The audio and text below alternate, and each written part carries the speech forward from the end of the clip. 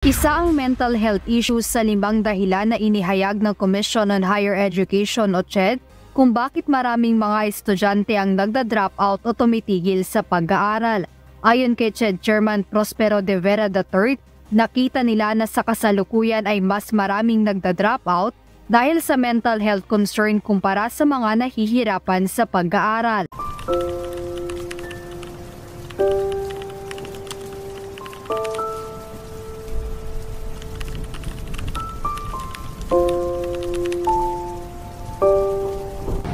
Bilang isang graduating student, sa kasalukuyan, isa sa pinakamalaking hamon na kinaharap namin ngayon ay syempre yung undergraduate research or yung thesis namin. Dahil isa ito sa may pinakamahalagang role para na magdedesisyon kung makakapagtapos ba kami. Malaki din yung nabibigay nito expectations and pressure na nagdudulot ng, for example, anxiety at saka stress sa aming mga mag-aaral. Ngayon po bilang isang graduating student, ang kinakaharap ko na hamon upang makapagtapos sa pag-aaral ko ay ang aming undergraduate thesis research po kung saan na naglalaan kami ng mahigit halos 12 oras araw-araw upang lang makamit ang deadline namin sa aming pag-graduate. Kasalukuyan, yung pinakakinakaharap ko ngayon ay yung thesis. Kasi ito yung magbibigay ng huling desisyon kung makakagraduate pa ako o hindi. So yung mga major subjects na humahalo sa minor subjects, na humahalo pa sa practicum ko. So, ayun po.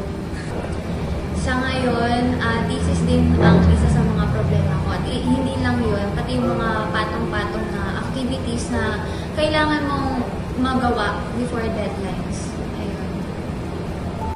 Mga problema na hinaharap ko na nakaka-apekto sa akin tuwing sa mag-aaral ay generally overthinking at lalo na kung nag-take over yung risk-averse behavior ko na hindi ko nagagawa yung mga assignment ko, mga ganyan. Maraming nakaka-apekto sa aking mental health. Kabilang na rito ang matagal na oras na pag-aaral na nakakapagod at nakakaubos ng enerhiya. Dagdag pa rito ang hindi kasiguraduhan sa kinabukasan noong hinaharap na nagbibigay ng kaba at pag-aalala. Bilang anak at ate, naroon din ang pressure ng pag-aaral upang makamit ang mataas na marka at matupad ang mga pangarap at ang pressure na makatulong sa pamilya. Bilang isang mag-aaral, minsan talaga hindi ko maiwasan na mag-overthink tungkol sa mga assignments, exam. Nakaka-stress yung dami ng kailangan tapusin at parang hindi sapat ang oras para magawa ko ito. Dahil dito, hindi rin ako makatulog minsan na nagre-resulta sa sobrang pagod ko kinabukasan. Bilang isang mag-aaral, madalas kong nararanasan ang stress at pagkabalisa dahil sa dami ng mga gawain sa eskwela at deadlines.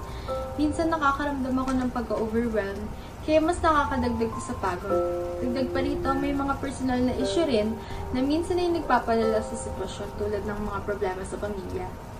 Ito ay nagpapabigat ng aking damdamin, kaya minsan mas nahihirapan ako sa pag-aaral. Ang mga hamon na kinakaharap ko ngayon bilang isang mag-aaral ay ang mga takdang aralin, thesis, exhibit na sabay-sabay ang deadline na tila ba walang katapusan.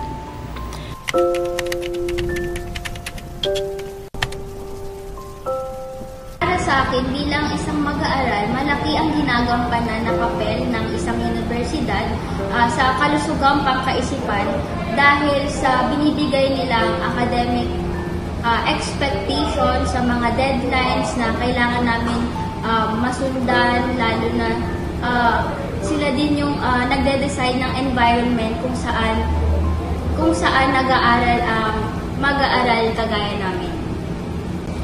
Yung mga deadlines po at matapos namang ang mga subjects namin na may kahusayan at maging din po na ang nais ko na paligayahin ng aking mga magulang, ang nagpapaaral sa akin na ayaw nga po na matapos ko yung mga subjects na may kahusayan.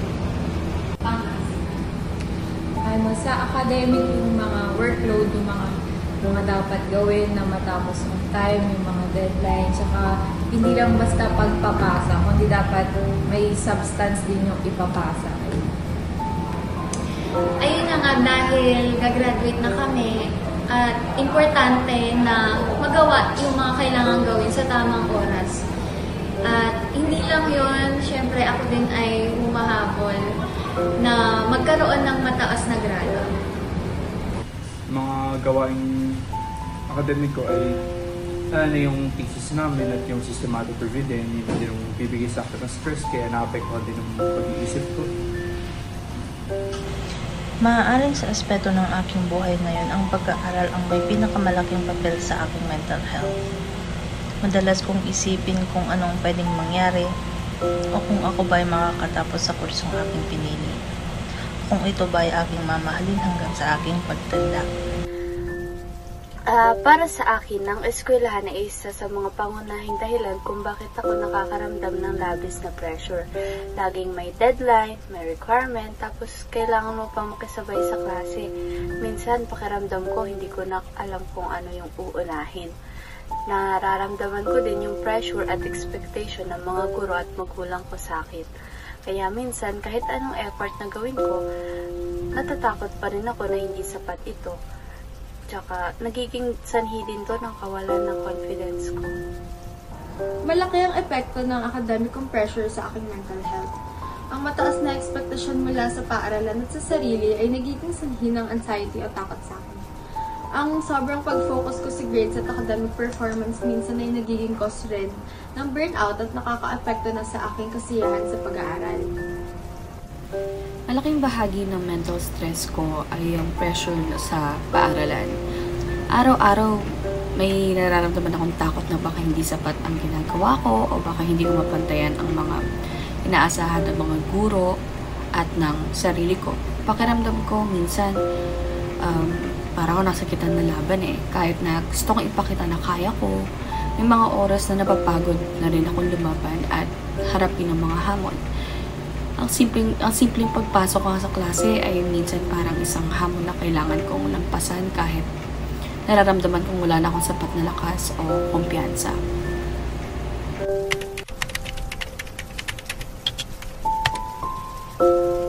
Para sa akin, isa pa rin sa pinaka-importanting way para mag-cope sa mga gantong bagay is magpahinga. Bigyan mo ng paglaanan mo ng oras yung katawan mo, yung isipan mo na makapagpahinga upang ma-refresh yung utak mo or hindi ka maka-experience ng academic burnout. At pinaka-importante sa lahat ay mag-spend ka ng oras mo kasama yung support system mo, kasama yung pamilya mo, yung kaibigan mo para malagpasan mo yung ganitong problema. Personally po, ang aking coping mechanism ay paglalaan ng oras sa mga taong mahalaga sa akin. Ito na po ay isang pag-video ko sa aking mga magulang, paglaan ng oras na paggala kasama sa mga pinsan ko, maging sa paglalaan ng oras sa pag-attend ng Sunday services at makasalimuha ang mga community ko sa church. Sinisigurado ko pa rin na may pahinga pa rin ako bawat araw. Matutulog kung kayang matulog ng maaga. Tsaka dahil nagdodorm ako, kinakausap ko yung mga magulang ko tuwing gabi. Yun lang. Bilang estudyante, napaka-importante ng pahinga kasi dapat sa bawat ginagawa mo, merong in-between breaks para ma-achieve mo yung gusto mo mangyari. Simple lang yung mga coping mechanisms ko. As long na hindi ako nag-ruminate dun sa thoughts na yun na nagbibigay sa akin ng stress. At tulad nito ay pwedeng meditation, nag-drawing lang ako, or as long na I keep my thoughts away from it. Pero di ko sila sinusuppress. Yun lang. Ang madalas kong ginagawa ay manood ng mga pelikula o mga series na aking nang napanood dati. Minsan naman ay lumalabas akong mag-isa upang magkape o manood ng sine. At higit sa lahat, ako ay nagdarasal sa ating Diyos at sa Kanya ko ikinikwento ang lahat ng aking pinagdadaanan.